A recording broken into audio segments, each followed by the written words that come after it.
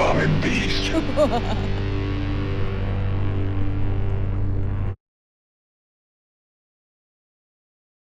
十条という駅です。煮干しラーメン屋の店主の手塚と申します。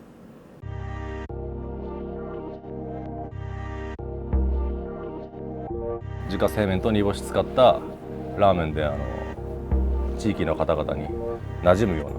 うなラーメンを提供したいなっていう思いで、時代に流されないような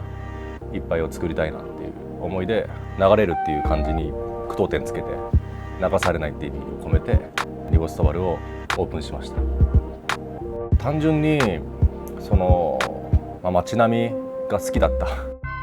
古き良き街というか、なんかね、踏切とかも全然開かないし、商店街がね妙に騒がしいというか、よくなんか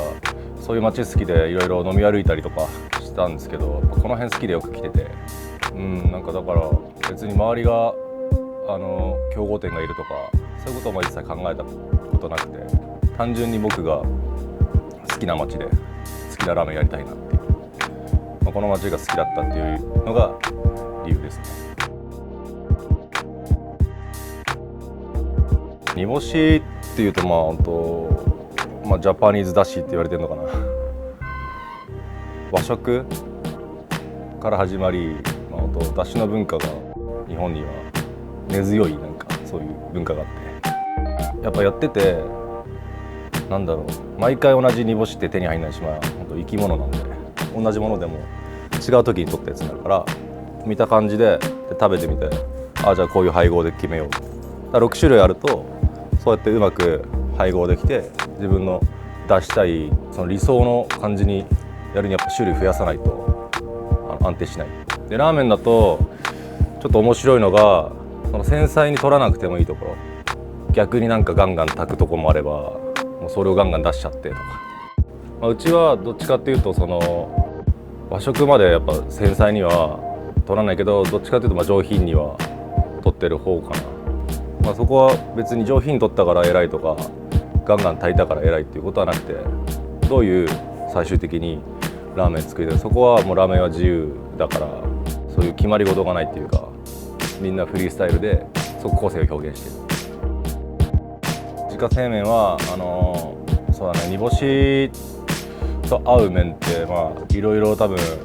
食べてる人は想像つくかもしれないけど、うちの場合はちょっと変わってて、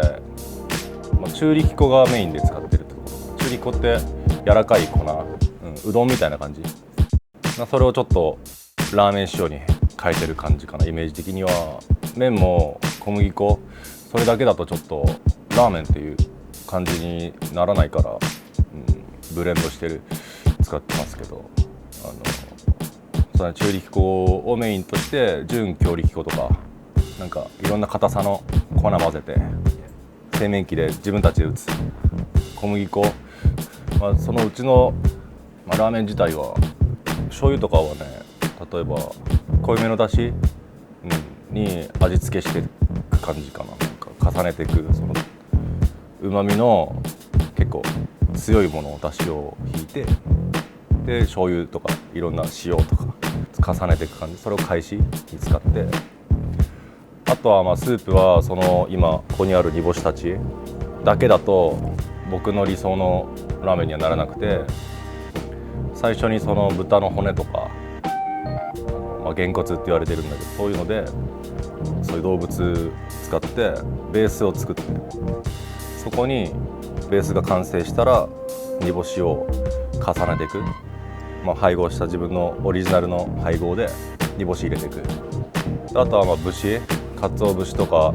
さんま節とかさば節っていうのも混ぜたりしてるんだけど、そうやってどんどん長めに炊くものからあまり炊かないものからちょっと時間差で入れてスープ炊いていく。みんななんか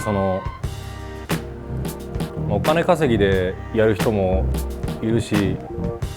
ビジネスとしてだけど、やっぱりなんかみんなラーメン好きな人たちって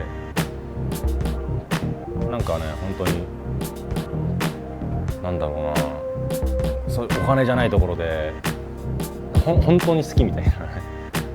本本当に好きな人が多いから、なんかこだわって食べてるし